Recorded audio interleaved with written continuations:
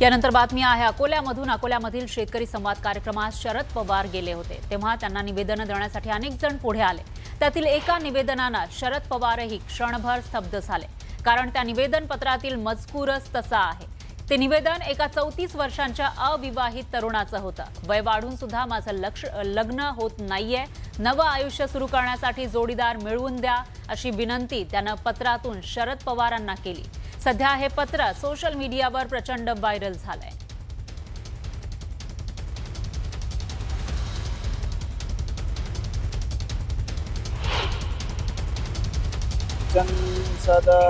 BA समाजशास्त्रामध्ये झालेला MA चालू आहे आणि मी समजा आपल्या कलेक्टर ऑफिसला पार्ट टाइम जॉब करत असतो आणि तसं बाहेर पण छोटे मोठे काम चालूच राहतात माझे।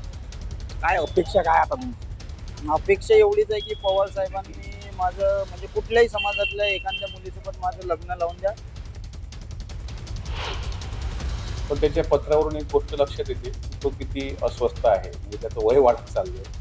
योग्य वेळेत लग्न झाली पाहिजे ही साधारणपणे प्रत्येकाची इच्छा असते, पण अशा प्रकारे आमदार खासदार म्हणजे त्या संबंधित व्यक्ती म्हणजे नाव त्यांनी गुलदस्त्यात ठेवलंय साहेबांना पत्र देताना। संबंधित व्यक्तीने मला पण पत्र दिलं होतं, मला पण त्यांनी तुम्ही दत्तकच घ्या असं त्यांनी म्हटलं होतं आणि आम्हाला अंदाज आहे की त्याच व्यक्तीने आदरणीय पवार साहेबांना पण पत्र दिलं असेल। दरम्यान निवडणूक आयोगानं ट्रम्पेट या चिन्हाला गोठवल्यामुळे शरद पवारांच्या राष्ट्रवादीला मोठा दिलासा मिळालाय। यादीमध्ये ट्रम्पेटला निवडणूक आयोगाच्या चिन्हांच्या यादीमध्ये निपाणी नाव होतं आणि त्यामुळे नगरपालिका निवडणुकीमध्ये शरद पवारांच्या पक्षाच्या तुतारीचा आवाज चांगलाच घुमण्याची शक्यता निर्माण झाली आहे। तर लोकसभा आणि विधानसभा निवडणुकीमध्ये शरद पवारांच्या राष्ट्रवादीच्या उमेदवारांना मोठा फटका बसला होता। लोकसभा निवडणुकीमध्ये सातारा, बीड, शिरूर, बारामती, भिवंडी, दिंडोरी, रावेर आणि अहिल्यानगर मतदारसंघात पिपाणीला चिन्ह साधर्म्यामुळे चांगली मतं मिळाली होती। परिणामी विधानसभा निवडणुकीत अनेक अपक्ष उमेदवारांनी पिपाणीची मागणी केली, त्यामुळे विधानसभा निवडणुकीत तब्बल 19 मतदारसंघात पराभव झाल्याचा दावा शरद पवारांच्या पक्षानं केला होता। त्यानंतर पिपाणी हे चिन्ह गोठवण्याची मागणी शरद पवारांच्या राष्ट्रवादीकडून करण्यात आली होती।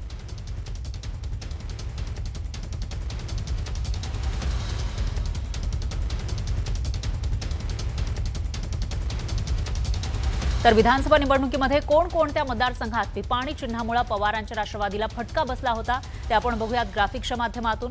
विधानसभा निवडणूक 2024 मध्ये जिंतूरमध्ये फटका बसलेला होता। जिंतूरमध्ये खरं तर फक्त 3 ते 4 हजार मतांनी पराभव झालेला होता। पवारांच्या राष्ट्रवादीच्या उमेदवाराचा घनसावंगीमध्ये सुद्धा तीच स्थिती होती, फक्त 2 ते 3 हजार मतांनी पवारांच्या राष्ट्रवादीचा जो उमेदवार आहे तो दुसऱ्या नंबरवर होता, पराभूत झाला होता। शहापूरमध्ये सुद्धा तशीच स्थिती होती, याही ठिकाणी 3 ते 4 हजार मतांच्या फरकानं त्यांचा उमेदवार पराभूत झाला। बेलापूरमध्ये सुद्धा गणेश नाईक यांचे पुत्र आणि मंदा म्हात्रे यांच्यामध्ये टफ फाईट पाहायला मिळाली आणि अगदी काही हजारांच्या फरकानं नाईक यांचा मुलगा पराभूत झाला। अणुशक्तीनगरमध्ये फहाद अहमद हा राष्ट्रवादी शरदचंद्र पवारांच्या राष्ट्रवादीकडून उभे होते आणि त्यांचाही काही हजार मतांनी पराभव झाला। सना मलिक जिंकल्या, तर दुसरीकडे आंबेगावमध्ये सुद्धा अशीच काहीशी स्थिती पाहायला मिळालेली होती। याही ठिकाणी काही मतांनी पराभव झालेला होता राष्ट्रवादीच्या शरदचंद्र पवार पक्षाच्या राष्ट्रवादीच्या उमेदवाराचा।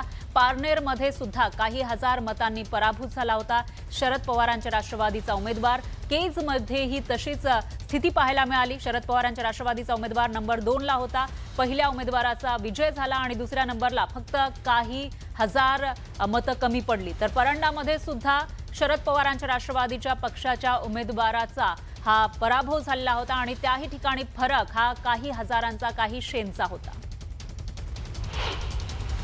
तरी एकत्र दिसले जात असल्यामुळे त्या पिपाणीला जवळजवळ 45,000 मतं पडली आणि त्याच्यामुळे आमचे शशिकांतजी शिंदे खासदार त्या निवडणुकीमध्ये पराजय झाले। आमचा सुरुवातीपासून निवडणूक आयोगाला मागणी होती की पिपाणी हे चिन्ह आपण बदलावा, पण दबावाखाली निवडणूक आयोगाने हे चिन्ह बदललं नाही। त्याच्यामुळे मोठा फटका आमच्या राष्ट्रवादी काँग्रेसला याच्यामध्ये बसला। पण आता इलेक्शन कमिशनचे डोळे उघडले, उशिरा का होईना त्यांनी आता हे चिन्ह रद्द केलं, ही आनंदाची गोष्ट आहे। कोरेगाव पाक जमिनीचा व्यवहार रद्द झाला असला तरी हा व्यवहार रद्द करण्यासाठी भराव्या लागणाऱ्या दंडाच्या रकमेचा प्रश्न सध्या चर्चेत आहे।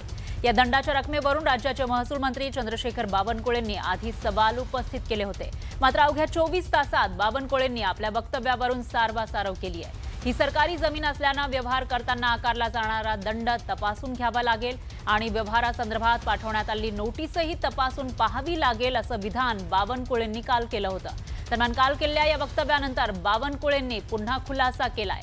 IGRच्या नियमाप्रमाणे नोटीस बरोबर आहे, ही रक्कम भरावी लागेल असा खुलासा बावनकुळेंनी केला.